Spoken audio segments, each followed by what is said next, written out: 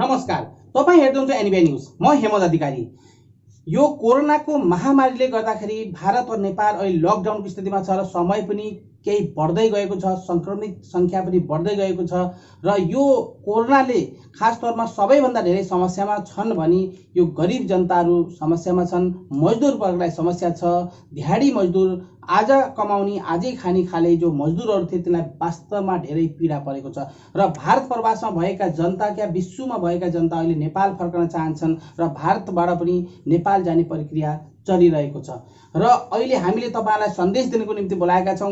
जगन्नाथ खतिवडाजी हुनुहुन्छ, नेता, Nepal communist party तत्कालीन नेकपा एमालेका पोलिट ब्युरो सदस्य हुनुहुन्छ र विद्यार्थी राजनीति हुँदै निरन्तर क्रियाशील नेता हुनुहुन्छ र अहिले नेपाल कम्युनिस्ट पार्टीका केन्द्रीय सदस्य हुनुहुन्छ। झन्डै 4 दशकदेखि राजनीतिमा सक्रिय हुनुहुन्छ र उहाँ पूर्व सांसद पनि हुनुहुन्छ र नेपाल कम्युनिस्ट पार्टीका खास तौरमा भन्ने हो भने सिनियर लिडर नेता हुनुहुन्छ र पुष्पलाल मित्रता केन्द्रका अध्यक्ष पनि हुनुहुन्छ। स्वागत छ एनबिआई न्यूजमा खतिवडाजी तपाईलाई। धन्यवाद। हजुर, आज खास तौरमा आज जस्तो 27वां मदन आश्रित स्मृति दिवसका दिन मदन भण्डारी जी को मुख्य विचारधारा, उद्देश्य, योगदान का साथै नेपाल कम्युनिस्ट पार्टी सरकारको काम, कर्तव्य, उपलब्धि तथा कमी कमजोरीहरू र यो महामारी कोरोनाको सन्दर्भमा सरकारको तयारी र प्रवासी नेपालीको अवस्थाको विषयमा चर्चा गर्दैछौँ र सर्वप्रथम त जगन्नाथजी स्वागत छ तपाईलाई एनबिआई न्यूजमा।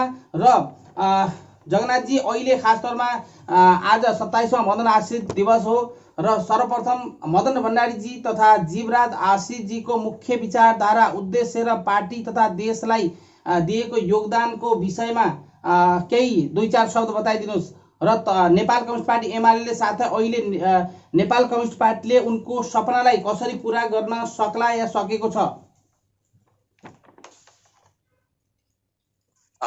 सर्वप्रथम 27औं मदन भण्डारी तथा जीवराज आश्रित कमरेडहरूको जन्म जयन्तीको उपलक्ष्यमा यो अवसरमा म कमरेडहरूप्रति हार्दिक श्रद्धाञ्जली व्यक्त गर्दछु। उहाँहरूका सपना, समुन्नत नेपाल निर्माण गर्ने सपना, समाजवादी नेपाल निर्माण गर्ने सपना, गणतन्त्र नेपाल निर्माण गर्ने सपना जुन थियो, यो सपनालाई पूरा गर्नका निम्ति हामी लागिरहेका थियौं। केही हदसम्म उहाँहरूका सपनालाई पूरा पनि गरेका छौं। थुप्रै कुरा पूरा गर्न बाँकी छन्। त्यसका लागि निरन्तर सङ्घर्ष गर्नुपर्ने, लागिरहनु पर्ने, इच्छा शक्तिका साथ दौडिरहनु पर्ने आजको जरुरी छ। तर दुःखको कुरा सँगसँगै छ कि कमरेड मदन भण्डारी र कमरेड जीवराज आश्रितको हत्याराहरूलाई पत्ता लगाउन आजसम्म हामीले सकेका छैनौं। नेपाल सरकारलाई यो दिशामा कदम चालोस् भन्ने पनि अनुरोध गर्न चाहन्छु र ठीक त्यसै गरी मदन भण्डारी र जीवराज आश्रितको सपना, समुन्नत समाजवादी नेपालको सपना जुन हो, त्यो समाजवादलाई प्राप्त गर्नको निम्ति एउटा सशक्त, वैचारिक, अनुशासित पार्टी जरुरी छ। त्यो पार्टी नेकपालाई बनाउन सकौं, हामी सबै लागौं र हाम्रा नेतृत्व पंक्तिमा रहेका नेताहरू अझ विशेष गरी ध्यान दिएर लाग्नुहोस् भन्ने कामना गर्न चाहन्छु। बिल्कुल जगन्नाथ जी, जुन उद्देश्यले दुई शक्तिशाली पार्टी एकीकृत हुनुभयो र नेपाल कम्युनिस्ट पार्टी बन्यो, जनताले पनि आशा भरोसाका साथ 2/3 बहुमत दिएका थिए। के नेपाल कम्युनिस्ट पार्टी सरकारले यो 2 वर्ष अवधि लगभग भइसकेर 3रा वर्ष चल्दैछ र जनताको आशा तथा भरोसालाई पूरा गर्न सकेको छ त? र साथै आउने 3 वर्ष लगभग 2.5-3 वर्षको भित्रमा सरकारले के कार्य गर्नुपर्ने हुन्छ र फेरि दुबारा चुनावमा जाँदाखेरि यही 2/3 को बहुमत ल्याउने अवस्था के कस्तो होला? अहिले हामी यसैको बीचमा छौं, प्रक्रियाको बीचमा छौं। 5 वर्ष सरकार सञ्चालन गर्ने प्रक्रियामा आज हामी दोस्रो तेस्रो बजेट प्रस्तुत गर्न लागिरहेछौं। हामीसँग समय दिनदिनै घट्दै गइरहेछ र अहिलेसम्मको प्रगति बडो द्वन्द्वात्मक, विवादास्पद ढङ्गले अगाडि चलिरहेछ। यो हुने प्रक्रिया पनि सही नै हो। प्रतिपक्षहरूले जोरदार विरोध पनि गर्छन्, सत्ता पक्षले जोरदार समर्थन पनि गर्छन्, तर त्यही सत्ता पक्षमै रहेका हामी कम्युनिस्ट पार्टीका सदस्यहरू, सरकारका समर्थकहरू, सरकारले राम्रो र नराम्रो जे गरिरहेको छ त्यसको समीक्षा गर्दै सुझाव दिँदै यहाँभन्दा यो राम्रो हुन्छ भनेर करेक्सन गर्न लगाउँदै अगाडि बढिरहेका पनि छौँ। यसकारण सरकारले सबै नराम्रो गरेको छ अथवा नराम्रो गर्दैछ भन्ने होइन, मूलतः सरकारले राम्रो गरेको छ। तर जनताका आकांक्षाहरू, दबिएर बसेका आकांक्षाहरू, वर्षौंदेखि दबिएका आकांक्षाहरू गणतन्त्र नेपाल पछाडिको सबभन्दा पहिलो स्थायी निर्वाचित सरकारले जसरी चाँडो पुरा गर्नु पर्थ्यो त्यो पुरा गर्न सकेन, गरेन अथवा गर्ने कुरामा कमी कमजोरी भयो। र यो कमी कमजोरीहरूको बारेमा जनताको कटाक्ष, जनताको आलोचना, आक्रोश एकदमै तीव्र छ। गरेका कामहरूप्रति समर्थन पनि छ, गर्न नसकेका कामप्रति विरोध पनि छ। र अब बाँकीको 2 वर्ष हामीले निकै बुद्धि विचार पुर्याएर काम गर्नुपर्ने र तर यही बीचमा हामीले यो अहिले कोरोनाको संक्रमणले देशको अर्थतन्त्रलाई चौपट पारिरहेको अवस्थामा गुज्रनु परेको छ। भर्खरै नयाँ बजेट पेश गर्नका निम्ति त्योभन्दा अगाडिको नीति तथा कार्यक्रम पनि प्रस्तुत भइसक्यो। अब यो नीति कार्यक्रममा यसलाई अलिकता राम्रो परिमार्जन गरी नयाँ बजेट ल्याई जनताको मागलाई सम्बोधन गर्न सशक्त भएर सरकार लाग्नुपर्छ। आज मिश्रित प्रतिक्रिया छ। एउटा प्रतिक्रिया छ केही गरेन भन्ने, जो विपक्षीहरूले भन्छन्। अर्को प्रतिक्रिया छ केही गर्यो केही गरेन, जो म भन्छु, किनकि गर्न नसकेका चिजहरू धेरै छन्। म जस्ताहरू थुप्रै पार्टी कार्यकर्ताले भन्दैछौँ। र अर्को प्रतिक्रिया छ सरकार स्वयं भन्छ कि हामीले सबै राम्रो गर्यौँ, तर बेला बखत मन्त्री र प्रधानमन्त्रीहरूले आफूले राम्रो गर्न नसकेको कुरा पनि स्वीकार गरिरहेको पनि हामीले सुन्न पाएका छौँ। यसैको बीचमा आज सरकार चलिरहेको। अनि जनराजी, खास तौरमा अब हामी महामारी कोरोनाको तरफ जान लाउँ। किन भन्दाखेरि भारतमा धेरै जनताहरू त्रास्तीमा छन् र यो महामारीले गर्दाखेरि अहिले नेपालमा पनि 267 पुगिसक्यो भन्छन् भन्ने खबर छ। र अब यहाँका जनताहरूलाई अब सरकारले कसरी विस्थापित गर्छ, यहाँका मजदुरहरूलाई कसरी, खास तौरमा काफी पीडामा छन् र यहाँ एम्बेसीले पनि केही ध्यान दिएको छैन भन्ने सिकाइ छ। चारौँ तर्फबाट हामी तिमी एनबिआई न्युजमा फोन आउँछन् र हामीलाई सहयोग गरिदिनुहोस्, हामीलाई स्वदेशतिर जाने व्यवस्थापन गर्नुहोस् भन्ने खबर आउँछ। र हिजो आज या अस्तिको दिनमा केही जनताहरू सिमानाबाट भित्रिँदैछन् भन्ने पनि खबर छ। र यो विषयलाई खास तौरमा भारतमा बसेका मजदुरहरूलाई तपाईँले सन्देश दिनुहोस्। भारतमा बसेका लाखौं लाख मजदुरी गर्ने नेपालीहरू अहिले अत्यन्तै ठुलो कष्टप्रद जिन्दगी बिताइरहेका छन्। उनीहरूको हालत निकै गम्भीर बनिसकेको छ भन्ने बारम्बार हामीले सुन्न पाइरहेका छौँ। त्यो दुःख म पनि बाँड्न चाहन्छु र उहाँहरूप्रति म धेरै सहानुभूति व्यक्त गर्न चाहन्छु। कठिन परिस्थितिमा पनि नेपाल सरकारले केही गर्ला कि भन्ने आशा गरेर बस्नु भएको छ। नेपाल सरकारले उहाँहरूलाई आउन चाहने नेपालीहरूलाई आउन दिनुपर्छ, क्वारेन्टाइनमा राख्नुपर्छ, उपचार गर्नुपर्छ र यसलाई सहजीकरण गर्नुपर्छ र सक्छ भने उनलाई राहत दिनका निम्ति के प्रयोग, कस्ता प्रकारका विधिहरू अपनाउनुपर्छ त्यो सबै गर्नुपर्छ र यो राज्यको दायित्व हो भन्ने कुरा मलाई लाग्छ र राज्यले यतातिर सोच्नुपर्छ। तर विडम्बना, दुःखको कुरा, सरकारसँग त्यति क्षमता पनि छैन।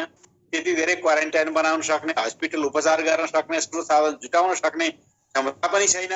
र यो क्षमता पनि नभएको कारणले नेपाल सरकार अतालिएको पनि छ। यो संक्रमण महामारी कति ठुलो होला, त्यो ठुलो संक्रमण हुँदा हामी के गर्न सकौँला, त्यसकारण जो जहाँ छन् त्यहीँ बसेर आफूलाई सुरक्षित राखौँ भन्ने सरकारको चाहना पनि देखिन्छ। एक अर्थमा हेर्दा यो बेठिक लाग्दैन, अर्को अर्थमा हेर्दा नेपालीको दुःखको हिसाबले हेर्दा यो निकै गलत पनि देखिन्छ।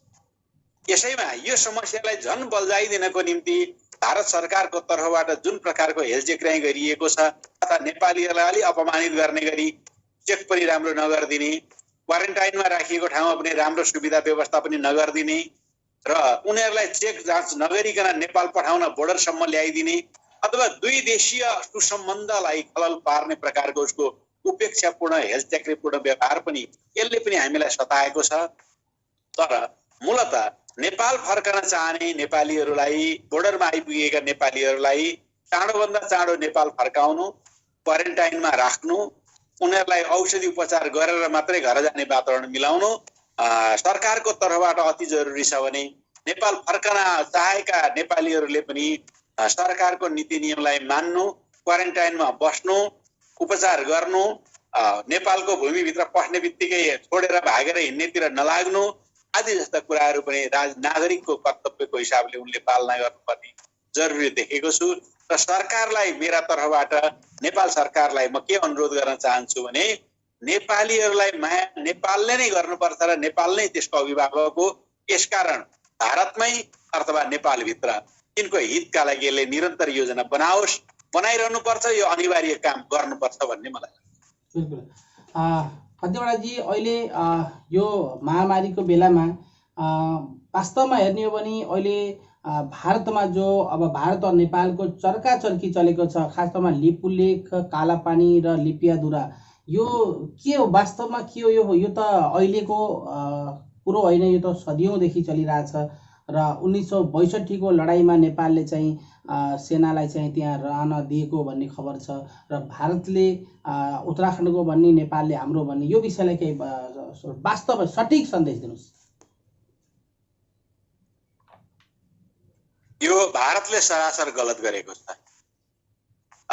1816 को सुगौली सन्धिले निश्चित गरेको भूभाग लिम्पियाधुरामा रहेको काली नदी, जो सबभन्दा पश्चिमपट्टिको बहाव जहाँबाट पानीको सुरुवात गर्छ, जो नक्सामा उल्लेख गरिएको छ, त्यो कुरा नेपालको त्यसको पूर्वपट्टिको भाग, त्यो सहित त्यसको पूर्वपट्टिको भाग नेपाल हो भन्ने कुरा जगजाहेर छ।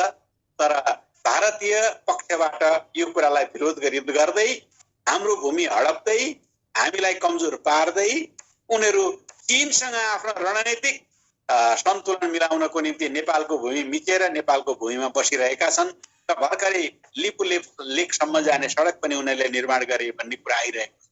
अझ दुःखको कुरा के छ भने हिजै मात्र भारतीय एक सेना प्रमुखले नेपालले अरू कसैको उक्साहटमा यो लिपुलेखको बनाइएको सडकको विरोध गरिरहेको छ र भारतले आफ्नो भूमिमा यो सडक बनाइरहेको छ भन्ने कुरा हामीले सुन्न पाएका छौँ।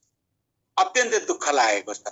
यो तथ्यलाई ढाकछोप गर्ने र गलत कुरालाई प्रचार प्रसार गर्ने उहाँहरूको शैलीले नेपाल र भारतको सम्बन्धलाई झन् चिसो बनाउन लागेको छ। त्यो भूमि नेपालको हो, सबै तथ्य प्रमाणहरूले नेपालको देखाउँछ र भारतले जबरजस्त आफ्नो रणनीतिक स्वार्थका लागि कमजोर नेपालले आफूलाई केही गर्न सक्दैन, त्यहाँबाट हटाउन सक्दैन। हामी बसेपछि बसेको बसै हुन्छ, हाम्रो सुरक्षा फौज बस्ने हो र हाम्रो फौजलाई नेपालले चलाउन सक्दैन भन्ने दम्बी मानसिकताद्वारा, नेपालमाथिको प्रभुत्ववादी मानसिकताद्वारा उसले त्यहाँ आफ्नो सैनिक सुरक्षा पोस्टलाई खडा गरेको छ र नेपालको जमिन मिचेर बाटो बनाएको छ।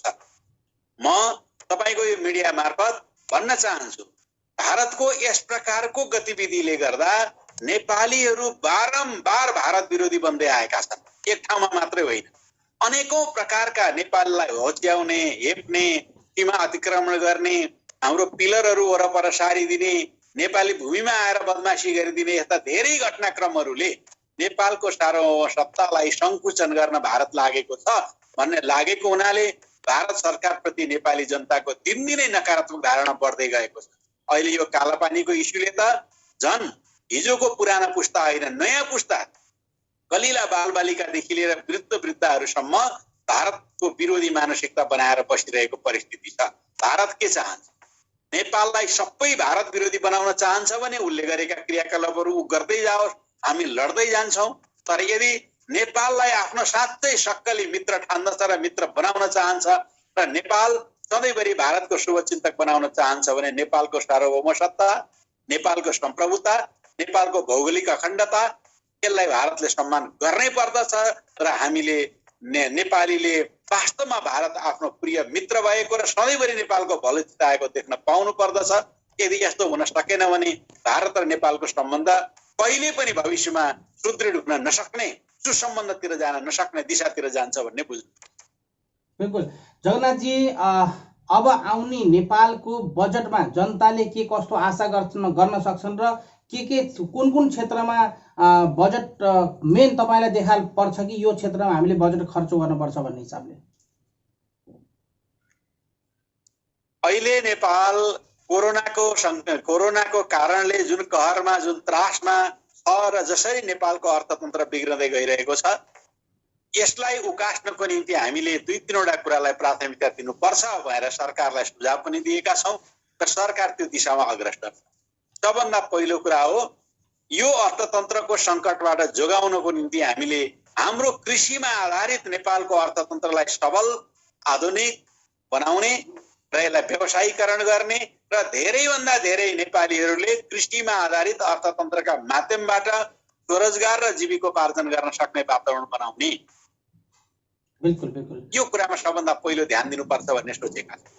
अर्को नेपालको अर्थतन्त्र जस्तो सुकै अवस्थामा पनि नेपाली जनताको स्वास्थ्य नजोगाइकन त नेपाली जनतालाई जीवित नगराइकन त हामी कुनै सपना पूरा गर्न सक्दैनौँ। दोस्रो कुरा हामीले जनताको स्वास्थ्यका लागि कोरोनाबाट बच्नको निम्ति स्वास्थ्य सुविधा सेवा पुर्याउनको निम्ति र एउटा स्वस्थ नागरिकले मात्रै देशको बारेमा स्वस्थ चिन्तन गर्न सक्दछ भन्ने मनोविज्ञानबाट यहाँ प्राथमिकता दिनुपर्छ भन्ने कुरामा ध्यान दिइएको छ र यतातिर सरकारलाई भनिएको छ। र अर्कोतिर नेपाल सरकारले गर्नुपर्ने भनेको उसका ड्रिम प्रोजेक्टहरू ठुला योजनाहरू उसले बनाउनु पर्ने पूर्वाधारका निर्माणका संरचनाहरूलाई अगाडि बढाउनका निम्ति निरन्तर कोसिस गरोस् र त्यो कोसिसले गर्दा त्यसले रोजगारी पनि सिर्जना गर्नेछ, बजारलाई पनि विस्तार गर्नेछ र हामी थुप्रै हाम्रो कनेक्टिभिटीको माध्यमबाट हामी यसबाट राम्रो लाभ प्राप्त गर्न सक्छौँ र नेपाललाई सबल बनाउन सक्छौँ भन्ने दिशामा केन्द्रीकृत छ। र मूलतः आजको नेपालको अर्थतन्त्र यो 1 वर्षको अर्थतन्त्र कोरोनाबाट ग्रसित भएको अर्थतन्त्रलाई माथि उकास्नको निम्ति हामी केन्द्रीकृत गर्नेछौँ। बिल्कुल खतिवडाजी, अहिले खास तौरमा यो नेपाल जो छ भारतसित आश्रित भएको छ।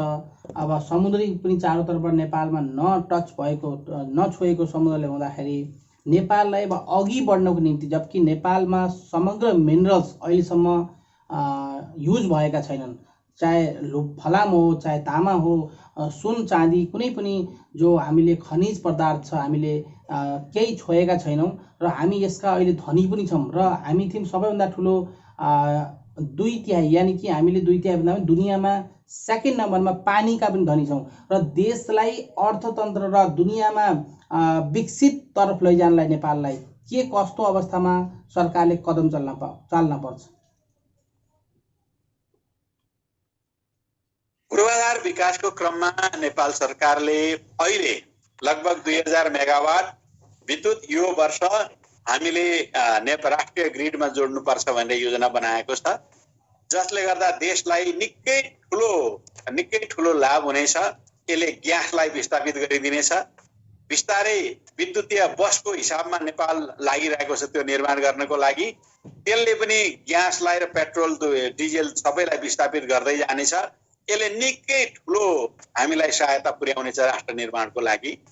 दोस्रो कुरा, नेपालका खनिज पदार्थ स्रोत साधनहरूलाई प्रयोग गरेर नै हामी नेपाललाई सम्पन्न बनाउन सक्छौँ भन्ने नेपालले बुझेको छ र यसका लागि धेरै कामहरू गर्ने योजना बनाउँदै सोध्दै अहिले फेरि अन्तर्राष्ट्रिय सङ्कट महामारीले हामीलाई अलिकता पछाडि पारेको जस्तो देखिन्छ।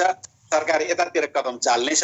आज पहिलो कुरा जनताको जीव धनको रक्षा गर्नु पहिलो कर्तव्य भएको हुनाले नयाँ योजनाहरू थप्न सक्ने परिस्थितिमा त छैन, तर पुराना सपनामय योजनाहरू, ड्रिम प्रोजेक्टहरू, महत्त्वाकांक्षी गौरवान्वित गर्ने योजनाहरू यसलाई पुरा गर्न नेपाल सरकार लाग्छ।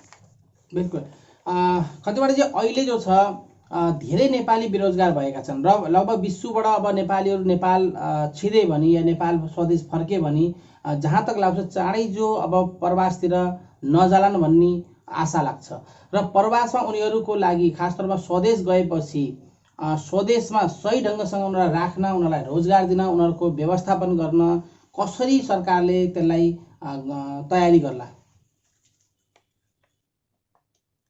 हामीले नेपालीहरूलाई नेपालमै बसेर यहीँ उद्यम गरेर यहीँ जीविकोपार्जन गरेर उनीहरूको श्रम पसिना नेपाललाई सबल सशक्त बनाउनको निम्ति प्रयोग गर्नका निम्ति वातावरण निर्माण गर्नै पर्दछ। हामी नेपालीहरूको कर्तव्य र नेपाल सरकारको कर्तव्य चाहिँ आज नेपालीहरू लगभग 40-50 लाख विदेशमा काम गरिरहेका छन्। यी सबै मानिसहरू नेपालमा फर्केर म रोजगारी गर्छु, उद्योग धन्दा गर्छु र नेपाललाई सुन्दर बनाउँछु भन्ने कोसिसमा लाग्छन् भने त्यसलाई अटाउने ठाउँ नेपालले बनाउनु पर्दछ। यसको लागि उसले केही योजनाहरू निर्माण नगरिकन सुख छैन। सबभन्दा पहिलो कुरा हो नेपालले नेपालको कृषि अर्थव्यवस्थालाई सबभन्दा पहिले सुधार गर्नुपर्छ। र नेपालबाट कृषि सामग्रीहरू निर्यात गर्ने देश नेपाललाई बनाउनु पर्छ, आयात गरेर जीविकोपार्जन गर्ने देश बनाउनु हुँदैन। र यसैबाट हजारौं हजार मानिसहरूलाई रोजगारी सिर्जना गर्न सकिन्छ र देशलाई आत्मनिर्भर बनाउन सकिन्छ। यसैगरी पर्यटन उद्योग, यसैगरी औद्योगिक क्षेत्रको विकास, यसैगरी यो होटलहरूको उद्योग, यी सबै कुरालाई व्यवस्थापन गर्ने नेपालले क्षमता राख्नुपर्छ। र मलाई लाग्छ नेपालको जस्तो उर्वर भूमि भएको देश, सम्पूर्ण नदी नाला, खनिज पदार्थ, प्राकृतिक स्रोतहरू भएको देशले यो गर्न सक्छ। केवल सरकारको इच्छा शक्तिको जरुरी छ र त्यही कामको निम्ति हामी सरकारलाई आज भनिरहेका छौँ। बिल्कुल। जगन्नाथ खतिवडाजी नेता नेपाल कम्युनिस्ट पार्टीका हुनुहुन्छ र उहाँ तत्कालीन नेकपा एमालेका पोलिट ब्युरो सदस्य हुनुहुन्थ्यो। विद्यार्थी राजनीति हुँदै उहाँले निरन्तर यो राजनीति क्षेत्रमा झन्डै 4 दशक बिताइसक्नुभयो र तपाईँहरूलाई चाहिँ सन्देश दिन आउनुभयो। उहाँ पुष्पलाल मित्रता केन्द्रका अध्यक्ष पनि वर्तमानमा हुनुहुन्छ र एनबिआई न्युजमा आएर तपाईँलाई सन्देश दिनुभयो। र लास्टमा क्वेसन खतिवडाजी, अहिले यतिखेर तपाईँले जो छ अब यो सरकारभित्र जुन हिसाबले केही द्वन्द्वाद्वन्दी पनि चलेको छ र गुटबाजी चलेको छ, प्रवासमा पनि केही खिन्नता छ कि सरकार अहिलेको खास तौरमा यो कोरोनाको महामारीमा यस्तो नहुँदा हुन्थ्यो भन्ने छ। यो आपसी खिचतानलाई सही ढङ्गमा एकदम मजबुत बनाउन कसरी पर्छ सरकारले? यसमा प्रधानमन्त्री तथा पार्टी अध्यक्ष दुवै एउटै व्यक्ति हुनुहुन्छ, कमरेड केपी ओली। उहाँले सम्पूर्ण आफ्ना नेताहरूलाई साथ लिएर हिँड्न सक्ने, सल्लाह परामर्श गरेर हिँड्न सक्ने बानीको विकास गर्नुपर्छ। त्यो नगर्नाले आज यो हामीले समस्या भोगिरहेका छौँ। पार्टीको विधि संगठन, त्यसको अनुशासन पद्धतिलाई तोडेर जब प्रधानमन्त्री तथा पार्टी अध्यक्ष हिँड्न थाल्छ, त्यस पछाडि यो सङ्कट पैदा हुन्छ र आजको अन्तर्विरोध त्यही कुरा हो भन्ने कुरा म यहाँहरू सबैलाई जानकारी गराउन चाहन्छु। दोस्रो कुरा, प्रधानमन्त्री तथा पार्टी अध्यक्ष केपी ओली यो पदमा निरन्तर टिकिरहन सक्नुहुन्छ। उहाँलाई कसैले यो पदबाट हटाउनका निम्ति आज खेल खेलिरहेको छ भन्ने सोचेको छ भने त्यो गलत हो। तर उहाँले आफूलाई करेक्सन गर्नु भएन र सिङ्गो पार्टीलाई अगाडि बढाउन सक्नु भएन र मानव सरकारलाई पार्टीले निर्देशन दिएर यो चलिरहेको छ भन्ने कुरा उहाँले बनाउन सक्नु भएन भने यसमा अन्तर्विरोध बढिरहन्छ। यदि यस्तो हुन्छ र पार्टी बदनाम हुँदै जान्छ भने तपाईँले प्रधानमन्त्रीको पद छोड्नुपर्छ भन्ने आजको माग हो। यसकारण यसलाई अस्थिरता निम्त्याउनको निम्ति यो माग गरिएको होइन कि पार्टीलाई स्थिर बनाउनको निम्ति र अझ लोकप्रिय बनाउनको निम्ति यस्ता कुराहरू उठिरहेका छन् भन्ने बुझ्नका निम्ति सम्पूर्ण प्रवासी नेपाली दाजुभाइ दिदीबहिनीहरूलाई म अनुरोध गर्न चाहन्छु। यो लडाईँ लड्ने बेला थिएन, होइन र गर्न हुँदैन, कहिले पनि गर्न हुँदैन। तर तब प्रधानमन्त्री आफैले फायर ओपन गरे जस्तरी लुकीछिपी पार्टीसँग परामर्श नगरेर केही कामहरू गर्न थाल्नुभयो, यसको प्रतिक्रिया मात्र बाहिर आएको हो भन्ने यहाँहरूलाई म अनुरोध गर्न चाहन्छु। र आज पनि हामी सम्पूर्ण नेकपालाई पूर्ण रूपमा एकीकरण गर्न सकिरहेका छैनौँ। देशभित्र र प्रवासका कमिटीहरूलाई एकीकृत गर्न सकिरहेका छैनौँ। कमिटी बैठक बस्न सकिरहेका छैनौँ। दुईटा पार्टीहरू छन् जसलाई एक बनाएर, भावनात्मक रूपले नै एक बनाएर वास्तवमा मनभित्रको एकीकरण, मनैदेखिको एकीकरण सम्पन्न भइसकेको छैन। हाम्रा जटिल चुनौती सामना गर्नुपर्ने बेलामा एकाङ्गी एक्लो तरिकाले दौडन हुँदैन पार्टी कमिटीको नेताले भन्ने कुरा आजको हाम्रो सोच हो। यतातिर यहाँहरूले ध्यान दिनुपर्छ भन्ने मलाई लाग्छ। र अन्त्यमा भन्नुभयो, म अन्त्यमा एउटा कुरा पनि जोड्न चाहन्छु मेरा तर्फबाट। तपाईँहरू भारतमा हुनुहुन्छ, भारतले नेपालको सीमा अतिक्रमण गरेर नेपाली स्वाभिमानलाई सङ्कुचित गरिरहेको छ, अपमानित गरिरहेको छ। थुप्रै भारतीय नागरिकहरूसँग, भारतीय बुद्धिजीवीहरूसँग तपाईँहरूको पनि सम्पर्क छ। उनीहरू सबैलाई नेपालको सीमा अतिक्रमण बन्द गर्नका निम्ति, रोक्नका निम्ति, भारत सरकारले कालापानीको क्षेत्र छोड्नका निम्ति र नेपाली जनताको आवाजमा आवाज मिसाउनको निम्ति एकबद्धता बढाउन तपाईँले बारम्बार अनुरोध गरेर लबिङ गर्ने काम गर्नुभयो भने साह्रै राम्रो हुनेछ। र यस्तै मिडियामा पनि भारतीय नेपाललाई माया गर्ने भारतीयहरू, नागरिकहरू र बुद्धिजीवीहरूलाई ल्याएर बोल्न लाउनु हो भने यो अत्यन्तै राम्रो काम हुनेछ भन्ने मलाई लाग्छ। बिल्कुल बिल्कुल। खतिवडाजीले धेरै राम्रो सन्देश उहाँले दिनुभयो कि यहाँ भएका बुद्धिजीवी वर्गलाई पनि समेटेर यो विषयलाई कुरा निकालियो भने राम्रो हुन्थ्यो भन्ने उहाँले सन्देश दिनुभयो। र हाम्रो अब लास्ट क्वेसन एनबिआई न्युजका दर्शकलाई र समग्र सरकार र भारतमा रहेको एम्बेसीलाई समेटेर सन्देश दिनुहोस् लास्ट। मैले भारतमा रहनुभएका नेपालीहरूले अर्को नेपाली दुःख पाउँदा उसलाई सहयोग गरेको देखिरहेको छु, खाद्यान्न वितरण गरेको देखिरहेको छु। कतिपय कुरा मेरो आँखामा नपर्ला तर म चासो राखेर भारतीय नेपालीहरूले सङ्गठित रूपमा अथवा भारतमा रहेका नेपालीहरूले सङ्गठित रूपमा एकले अर्कालाई सहयोग गरेको देखिरहेको छु। दुःखमा हामीले गर्ने कुरा त्यही नै हो। हामी त्यो गर्न सक्छौँ, गर्नुपर्छ। हामीले पनि केही सहयोग गर्नुपर्छ भने हामी पनि त्यसमा कोसिस गरेर लाग्नेछौँ। र तपाईहरुले यो आफ्नो एकतालाई र एकले अर्कालाई माया गर्ने, मानवीय सहयोग गर्ने कुरालाई अलिकति पनि कमी हुन नदिकन जति सकिन्छ त्यति गर्नुहोस्। र सम्पूर्ण भारतमा रहनुभएका नेपाली हाम्रा नागरिकहरूलाई म यो अनुरोध गर्न चाहन्छु, तपाईहरुको दुःखले हामीलाई पनि दुखी बनाएको छ, तर दुःख हामीलाई पनि छ, तर हामी नेपालभित्र छौँ, आफ्नो ठाउँमा छौँ। तपाईहरुलाई मनभित्र अत्यन्तै ठुलो पीडा भइरहेको होला, मैले किन नेपाल छोड्नु पर्यो भन्ने लागिरहेको होला, तर के गर्ने, परिस्थितिले यस्तो पार्यो। तर यसलाई चेन्ज गर्नको निम्ति, परिवर्तन गर्नको निम्ति गर्ने कोसिस त भावी दिनमा छँदैछ। तपाईहरुको एकता अमर रहोस्, म यही सन्देश दिन चाहन्छु। बिल्कुल। जगन्नाथ खतिवडाजी पुष्पलाल मित्रता केन्द्रका अध्यक्ष हुनुहुन्छ वर्तमानमा, र उहाँ नेता हुनुहुन्छ नेपाल कम्युनिस्ट पार्टी तत्कालीन नेकपा एमालेका पोलिट ब्युरो सदस्य हुनुहुन्थ्यो र अहिले वर्तमानमा नेपाल कम्युनिस्ट पार्टीका केन्द्रीय सदस्य पनि हुनुहुन्छ। र एनबिआई न्युजमा आएर उहाँले सन्देश दिनुभयो। यसको लागि हाम्रो एनबिआई न्युजमा आएर सन्देश दिनुभयो, यसको लागि धेरै धेरै धन्यवाद। नमस्कार। हस्, धन्यवाद। तपाईहरुको सुख, शान्ति, समृद्धि र कोरोनाबाट मुक्त भएको जीवन अथवा एकजना नेपाली पनि यसबाट पीडित भएको देख्न नपाइयोस् भन्ने कामना गर्दछु। Subscribe to our channel by clicking the subscribe button. Click the bell button and enjoy the latest uploads from our channel. Subscribe to our channel by clicking the subscribe button. Click the bell button and enjoy the latest uploads from our channel.